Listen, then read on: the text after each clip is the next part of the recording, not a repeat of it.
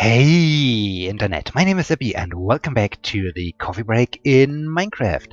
Today is Sunday, November 23rd, and I am now looking once again for some creepers. I hope we are creeper free, and yes indeed we are creeper free. This is very good. Do I have my bucket? Yes, I do have my bucket, so I can grab some leather for my furnace.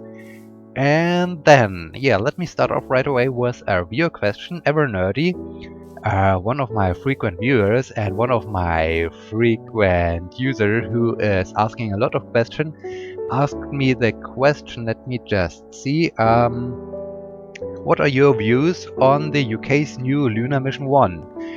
Well, at first, what is Lunar Mission One? Our team from the UK, or some scientists, some researchers, are planning to launch a probe or a lander to the moon, and they want to land the thing on the south pole of the moon. And well, this is very, very interesting. And once they landed there, they want to use a drill in order to drill about 20 meters deep into the bedrock of the moon. And yeah, the results from this should give us some more knowledge about the creation of the moon and also the creation of our own Earth. And so, in the end, the researchers hope to gain more information about the creation of our solar system. And I think this is really a great idea. And the most interesting part of the whole mission is that they want to finance this via crowdsource or via crowdfunding. And this is really interesting. And yeah, the main problem of all these spaceflight missions is that they are so expensive. I mean, you need to construct your spacecraft, and once you finish this, you have, well, a shiny, good-looking spacecraft, but the spacecraft is not powerful alone to fly out to space, or even to fly out to the moon, or to reach an orbit around the Earth. And so you need a powerful rocket, and, well, powerful rockets are really expensive. Uh, I had a short glance. Ooh, skeleton, let me... Hi. Ow. Okay, so much about the skeleton. I had, well, this is already several weeks or even months ago, a short view at the website of SpaceX, and so I forgot once again what are the costs, but they announced they are the launch cost for a Falcon 9 rocket or so. And well, this is not really cheap, so you need to have a lot of money in order to perform a rocket launch. And I even don't have an idea about the cost if you want to develop your very own spacecraft. So at first you have to create your satellite or your lander, the lander which is able to drill into the bedrock of the moon. And then there was one additional thing before I start thinking more about all these costs. Because this is a crowdsourced thing, and they are also planning to fly out a time capsule, and inside the time capsule are some information stored about I think about the people who are helped during the crowdfunding process. And this time capsule will be stored inside this borehole. And I think this is a very interesting idea, to store some information inside the moon. It's a little bit like the golden disk, which is currently flying on Voyager 1 and so on, and it's flying out into deep space. And now we are storing some information, and some information about our time on the moon. And yeah, this is also an interesting place. Um, Dang it.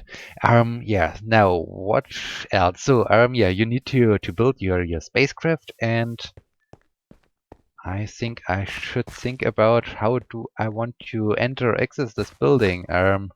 Maybe I will just create some kind of road over here, or a small pass, and I say, okay, over here the entrance to the airport, and then it's enough or so. So I think this is a project for the very end of my building project. Now, wait, what? Do I have enough glass? I said I need a lot of glass, and I remember that I was venturing out to find some more glass, but have I grabbed some more sand? Let me just check this. Yes, I do have a lot of sand. And yes, this was also the episode where I grabbed some clay. This is very good. Then I have already some smooth stone, so I can create more slabs. Very good. Okay. And so it's a very expensive thing. You need to have a lot of money in order to build your spacecraft. Then the spacecraft just sits on the surface. So you need to launch it, and you need a powerful launcher, which is even capable of launching something up to the moon, and not only to low Earth orbit or so. And yeah, then yeah, this is really expensive, and uh, this is the biggest problem for spaceflight or for the science of in space, that you have these huge launch costs. I mean, if you just want to do some science on the Earth, you can do most of the things on a much cheaper way because you don't have these huge travel costs. And even if you need to go out to Antarctica or anything like this, then, well, of course, you have to pay a lot of travel costs, but they are nothing compared to a launch to space. And yeah, I think this is then really the most important thing. And if they succeed with their idea of doing this via crowdfunding, then I think they might be even able to open up research of space for other customers, and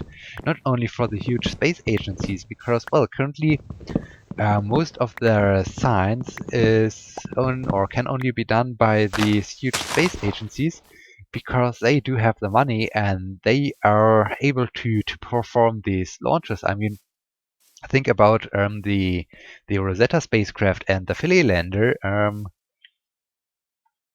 In order to perform this mission, this was a 10-year mission. At first, you needed to develop the spacecraft, then you needed to launch it.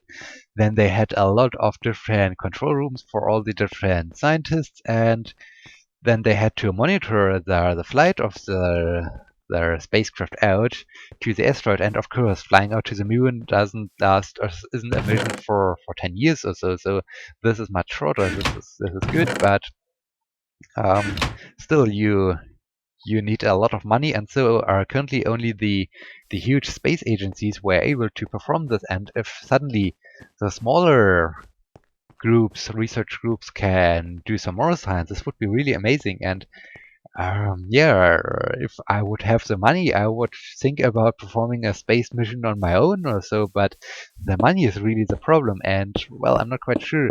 I think a seat on a Soyuz spacecraft costs about $40 million or so. So, yeah, this is really a thing you can't just say, okay, like I want to see a movie, or like I just want to take a plane to somewhere, like a plane or a flight from Berlin to London or so. No, a flight from Baikonur to low Earth orbit is a little bit more expensive. And yeah, so money is really the biggest problem. And in this case, it would be really cool if they succeed with this. And about the mission itself, I think the crowdfunding part is really great, but I'm not quite sure if they're really able to get enough money. And even if they do, I'm not quite sure if this is really, well, I'm now saying, or I'm now creating a problem, because I just said it would be amazing to make spaceflight available for the average scientist, basically. But on the other hand, I'm not quite sure if this is really then working well for the long term, because you can't ask a lot of people for each project, like, would you spend some money on my project? I like to have a spaceflight for this mission, and I like to fly out to the next time to the North Pole of the moon, or yeah, something like this. So I'm not quite sure if this is then really working in the long term for spaceflight. But in general, I think it's a pretty good idea, and it's an interesting idea. I'm not quite sure about the results they will get from this mission. But in general, I hope this will be a success. And yeah, the more space missions we can launch, the more time or the more insights we get into spacecraft launches, and maybe we come up even for some better ways to launch a spacecraft, like with SpaceX and yeah, Elon Musk's Falcon 9 rocket. He is now about to prepare the Falcon, no, the Dragon capsule version 2 as a crewed spacecraft and the thing should be reusable. And yeah, these are the great advancements that help us a lot. And if you have a reusable spacecraft, it's like he already said during the presentation. It's like in aviation. If you would throw away your Boeing 737 every flight after each flight, then aviation would be pretty expensive, and yeah, you can't afford a flight from Berlin to London. But because we have reusable airplanes, we are able to um, fly several times with the same airplane, and the same thing is with reusable spacecraft. And that's also the reason why they start to work on these on their on the upper no on the first stage that is able to return after the launch, and so that they can refurbish this and then reuse the first stage of the Falcon 9 rocket in order to fly out or to launch the next payload. And I think this is really a thing we can maybe gain from more frequent rocket flights, and this would be really amazing if we make some progress over here. And so I think at some point I even talked about this. I'm a little bit concerned about the Orion spacecraft because, yeah, as I said, uh, SpaceX is now working on a reusable spacecraft, and the Orion spacecraft is just falling back into the Pacific Ocean, and yeah, it's not reusable, so I'm not quite sure if this is really a good step into the future if you just throw away your spacecraft and you are not planning to reuse it. I'm not quite sure if this is the right way, and so I think if we have more frequent uses for space launches, like via crowdfunding or like via small research teams, then yeah, maybe we get some new advancements. And as I said, if I would have the money, I would perform my own space launches and my own space program. But unfortunately, I'm just a small little PhD student. I don't have a lot of money, and so I'm not able to buy a seat on a Soyuz spacecraft, or I'm not able to launch even something into space. The only thing I could do would be to buy a huge weather balloon and fill it up with some helium and then let the thing fly and attach some kind of small payload, like, I'm not quite sure, like a thermometer or I don't know what I want to measure in the upper atmosphere, and then let the thing fly and hope for the very best that I can retrieve it after it descended back home to Earth after its flight. And yeah, this would be the closest thing, or the best thing I could afford in order to fly out there. And yeah, in this case, I think this is currently the biggest problem. And I have the slight feeling that I'm talking more about general issues of space missions and not so much about the Lunar Mission One. And yeah, to wrap things up, I wish this team all the luck, that they are successful with their crowdfunding process and that they are able to basically revolutionize a little bit the space flight, and that they're able to launch their mission and fly out to the moon. Yeah, so this is maybe all I can now come up with in order to talk about Lunar Mission One. And yeah, I think it's a cool project. I will definitely keep an eye on it, and I think it's a great project, and I hope for them that they succeed with this. And yeah, then we will see if this is really a good project, basically, so that we learn a lot of things from this, or if this is yeah, we will see. We will see. However, things will evolve, and whatever we will learn from this. And yeah, okay, now enough of this. Now I like to talk a little bit about a different thing, because I was out to the movies and I watched Interstellar. And for those of you who haven't seen the movie yet, I don't want to spoil so much. But yeah, it was an entertaining movie, but there were a lot of problems, so you don't have to think about this in a scientific way, like, okay, this is really realistic or anything like this. No, no. This was really the movie itself was really entertaining, but at some point it was a little bit strange. But nevertheless, it was a cool movie. It had a good ending, so it was not like, what have I done? What have I done? I wanted to create a new shovel, and I created a pickaxe. Ah, okay. Let me grab the iron once again. Let me go over to the workbench. I need some sticks. Okay, and this time a shovel. Yeah, this is much better. This is definitely much better. Let me now store all these parts in here. Do I have something else I can store? I can store the spruce wood. Let me just clean up a little bit my inventory. Some of the trees. I'm not quite sure what I should do with this. These slabs. Gravel. I think this is good for now.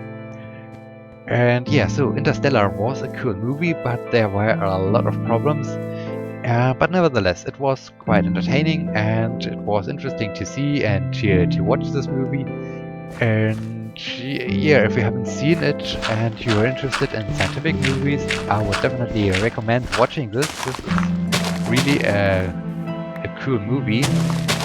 But don't think too much about the science and the realism of the movie, because this is sometimes a little bit too strange.